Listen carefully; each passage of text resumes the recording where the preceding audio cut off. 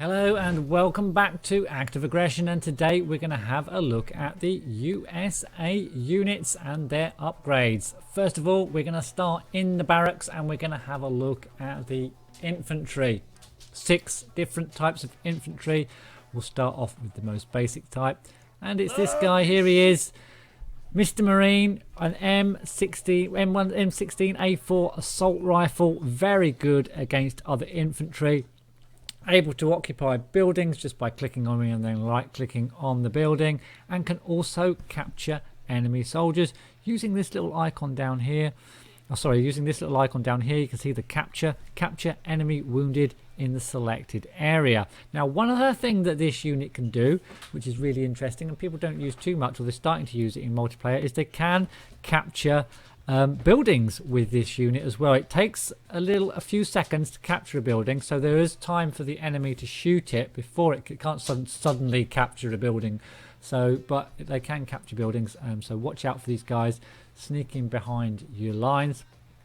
Where's the barracks gone? This is the barracks. Here we are. Let's get back on. So they can also be upgraded with this thing, the sword, to make him a little bit more powerful. So we'll click on that, we'll get him upgraded.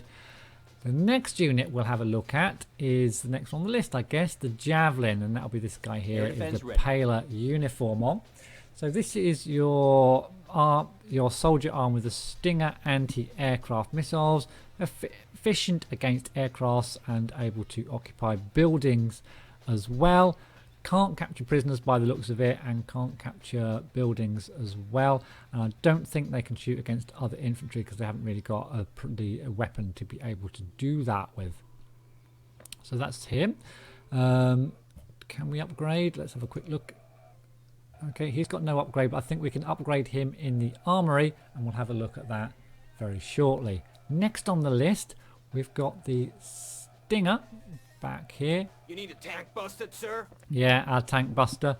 So javelin, anti-tank missile, effective against any vehicle, not just tanks. Okay, able to occupy buildings, can't shoot other infantry, can't capture either by the looks of it, and can be upgraded in the armory, which we'll have a look at in a moment. So he's got his big red weapon there. Just looks exactly like the one in Act of War, actually. But then we have, let's just click on that, back on our barracks. Then we have the mortar, which is this guy here. We're ready. In the more pale uniform again. So 2-man squads, they move quite slowly, but they can fire from a distance. They can also fire over objects as well. Let's do a fire position. Okay, we'll see how far they can fire. Quite a long way. There we go. And they can also fire smoke as well. Barrage on its way. In case you want to cover anything. There we go. Nice. So that's your mortars, and I think they can be upgraded in the arm. Can they be upgraded in the army? We'll have to have a look to find out. Yeah, they can be upgraded in the armory as well. So next on our list is the sniper. This is a female, and you can see, really cool, the sniper, because you can see, look, it's fading in and out of the background, kind of like a chameleon. So the sniper, with its sniper rifle, very effective against infantry, and actually ignores enemy cover. I'm assuming that's in buildings as well, so it can snipe enemy even if they're in buildings. Very stealthy and can't be seen by enemy, or by some enemy, but can be seen by enemies such as special forces, as we'll find out in a minute. And this can actually be upgraded in the via the barracks with this silencer, which means it remains concealed even when firing. Wow, okay, cool. Next we have the special forces guy. Where is he? Oh, here he is, in black here. So he's going to be very effective against infantry, and also at storming into buildings as well. Not available till DEFCON 1, and he's also able to capture enemy soldiers and to see snipers as well, and other enemy stealth enemy ground. Oh, hold on. Able to detect stealth enemy ground units, not aircraft. Okay, so just the stealth ground units he can spot, like the sniper, I guess. And can also be upgraded in the barracks with this lore, which costs 500 aluminium and 250 rare earth metals, and we'll be able to shoot effectively against vehicles using this weapon. So there are your 6 types of infantry available to you in the game. They do move at vastly different rates, I'm on my way. as I'll just quickly demonstrate and let them move across. You'll see the fastest one is the Marine and the Special Forces, and then we've got the mortar carrier is next, and then we've got these other guys that kind of lag behind quite significantly. So if you're traveling long distances, it's, you know, you won't be able to keep them together basically. So we're going to move on to have a look at the infantry fighting vehicles, really, or the armoured car type vehicles. But before we do that, I want to have a quick look at the armoury and some of the upgrades, because these upgrades will apply to those fighting vehicles and also to the tanks, which we're going to have a look at after the fighting vehicles. So the upgrades, now the first thing to have a look at are this Tusk 1 and Tusk 2. The Tusk 1 I've already actually upgraded, but basically the Tusk 1 increases the resilience to damage of the vehicles and allows you to sort of research other technological upgrades and new abilities. The Tusk 2 is very, very similar. Costs quite well. You think it looks like it costs quite a lot of resources, but for the amount of units you're going to end up upgrading, and for the amount of extra resilience and weaponry and stuff it can give some of the units, it's definitely worth it, and you have to go for it if you want to compete towards the end of a game. So if different units, it'll give different kind of attributes to, but the big one is the Abrams. You pay an extra 750 gold, and you further increase its hit points, its speed, and it also receives 2 additional Browning heavy machine guns, so it's actually able to engage infantry and, most importantly, helicopters if it gets close enough to them. So just bear that in mind when we have a look at the tanks. We've also got some other upgrades here for the units. Any artillery units can be upgraded with phosphorus rounds from the armory, costs 1,000 gold. Then we've got the Stinger Block 2 upgrade on all ground-to-air missile type units. Increases their range, increases their damage, and that includes the blazers, which a lot of people get out, the Stingers, and the machine gun and anti-air nests and defensive positions as well. So definitely need to have that, I think. And it also increases the blazers' rate of fire as well. Then we've got this countermeasures dispenser for 3,000 gold. This is for your aircraft, which we'll have a look at towards the end of this video.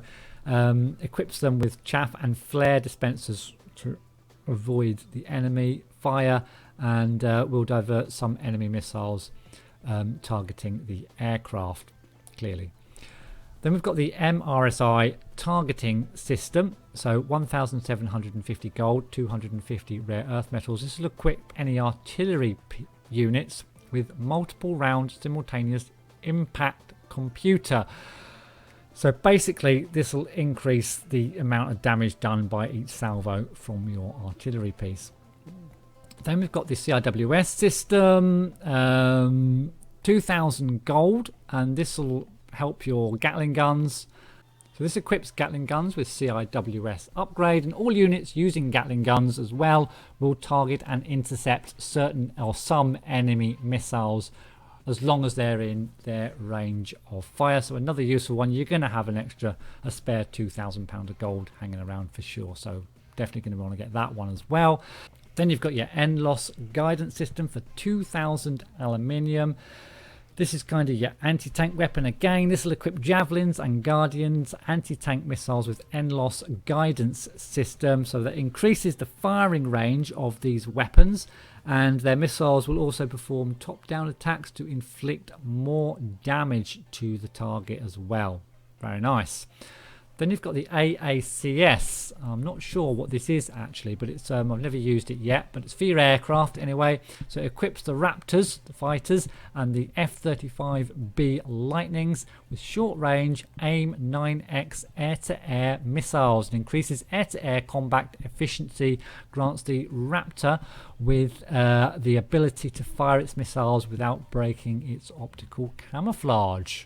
Interesting. And well, I'll say only it's 500 rare earth metals for that as well. So they're all the upgrades you can get in the armory.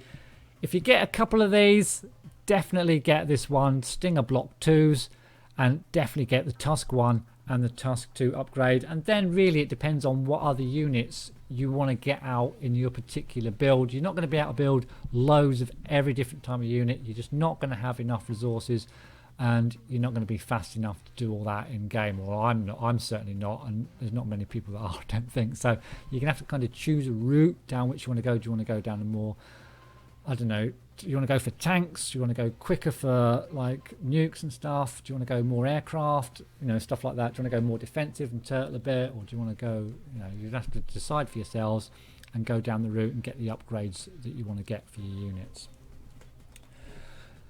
So that is the armory. So now we can move back and have a look at the actual vehicles. So the first one we've got here, we've got our little Humvee. So this Humvee can be upgraded in a number of ways. This is really just starts off with a Browning heavy machine gun, which is effective against infantry. It can also transport soldiers around the map as well, but it can be upgraded with a Gatling gun or grenade launcher, an anti-tank missile from these slots down here. So interesting little weapon. I've not really explored that too much, but it looks really interesting. And then we've got the Blazer. This is the one I get out. This is the one everyone gets out early game for their anti-air. It's got those stingers. It's also got a Gatling autocannon, can shoot at infantry as well as at aircraft. And as we've just seen, can be upgraded. Now, some of them say that it can be. Some of the units can be upgraded in light factory and heavy factory. Now, I don't think they've actually been put in the game yet, unless I'm being really thick and stupid. But they're obviously light factory, heavy factory, something to come later on in the game. I expect to be added, unless I'm being stupid and I've missed something completely. But anyway, moving on to the Striker infantry carrying vehicle. This is, as it says, it's mainly an infantry carrying vehicle. It's got a Browning heavy machine gun, but it can transport up to 8 soldiers. What does it cost? Oh, I'd have to go back to the what does it cost? Let's have a look. 750 and 750 and 500 for the Blazer. So that's quite expensive. I guess the Humvee's fairly cheap, is it? The Humvee is 500. Okay, interesting. Next, we've got the Striker. Oh, did I finish that one? Oh yeah, it's just basically an infantry transport vehicle more than anything else. Then you've got your mortar carrying vehicle, which costs 750 gold and 500 aluminium. There it is. We can start bombarding in no time. So basically a mortar, it can fire just like the infantry. It can fire smoke. Oh, it can't fire smoke, this one. This one can't fire smoke, but it can fire indirect fire, I guess, from a range, and it can be upgraded with that tusk. And I'm just going to click on it and just show you what that looks like. So what it'll do, I just clicked on it and it'll come up shortly. There we go. And there you go. It just has gets this cage around it, and it gets some blue kind of camouflage, and looks a bit cooler, I guess. That's your mortar carrying infantry fighting vehicle. And then we've got your little artillery piece, your armoured combat vehicle with a 105mm gun, effective against all ground targets, decent range, and can get the Tusk 1 upgrade as well. Give it a little bit more resilience, take a little bit more damage. And then finally we've got the Striker anti-tank gun missile, armoured combat vehicle armed with Hellfire missiles this time. Very nice, very efficient against vehicles and tanks, of course, and can have the Tusk 1 upgrade as well. As far as cost of those two are concerned, the artillery piece is 500 gold and 500 aluminium, and the Striker ATGM unit is 1500 gold. So let's move on and have a look at the heavy vehicles which are produced. Let's get them apart so we can have a good look at them. They are produced from this building over here, the heavy vehicles bay. Let's have a quick look at their cost. The Abrams cost 2,000 gold. The Enclos C costs 500 gold and 1,000 aluminium, and the HEMARS cost 1,000 aluminium and 400 rare earth metals. So let's have a look at the tank first. Let's have a look at the Abrams. So the Abrams is what everyone gets basically, and upgrades as rapidly as possible. So you can, this thing is an awesome weapon. It's got a very powerful gun, and it can get the Tusk 1 and the Tusk 2 upgrade. So if I get the Tusk 1 upgrade first of all, you can see it gets a machine gun and it gets extra a little bit of extra armor on it as well.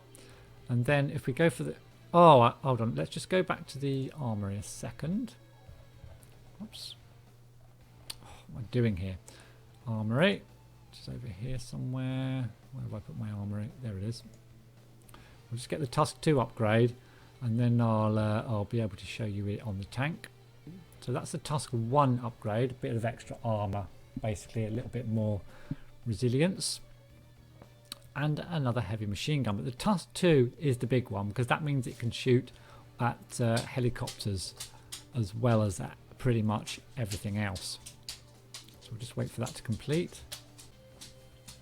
So the Tusk 2, here we go. M1A1 awaiting your orders. We'll see it change.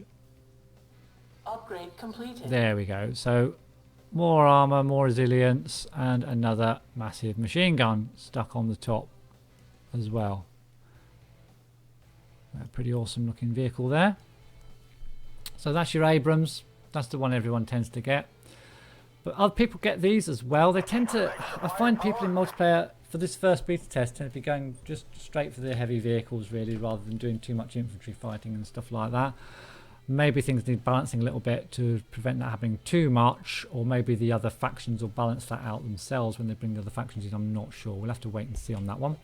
But basically, we've got the Enclos C. This is your artillery piece, heavy howitzer, efficient against infantry and buildings, as you might expect, and can be upgraded in the armory as already explained. Then we've got this multiple rocket launch vehicle. Really effective against infantry, but what it's most used for at the moment tends to be against buildings because of its long range, and it is really effective against buildings as well, and can be upgraded with the ATACMS missile in the heavy factory. Again, I don't know what they're talking about with the heavy factory. It's not been incorporated yet, I guess. So one last peek at the heavy weapons bay, heavy vehicles bay. Oh, it means heavy. It said heavy factory, didn't it? It means heavy vehicles bay, doesn't it? That's why I didn't understand what it meant. So here's your upgrades. Right, okay, so here's the Excalibur shells. Replaces Enclos C standard shells with GPS guided Excalibur ones. Increases the range and the accuracy. And there's your ATACMS. So where it says factory, it means this building here. Basically more powerful and pretty much a lot better. So grab that upgrade if you're going to be using the MLRS vehicle. So moving on to have a look at the aircraft from the Air Control Center, and you can see there's a couple of upgrades in here as well. So from the Air Control Center you can launch your F-35B Lightning ground attack aircraft, efficient against buildings, has certain amount of camouflage, and as mentioned already, you can get the countermeasures dispensers from the Armoury as an upgrade, and also those AACS short-range air-to-air missiles from the Armoury as well. And when you click on an aircraft, you just kind of we can't give it a target really, can we? We'll just bring them in so you can have a look at them. So we'll bring an aircraft in so you can have a look at it. And it comes in always from these kind of your area, and there it is. And flicking on and off.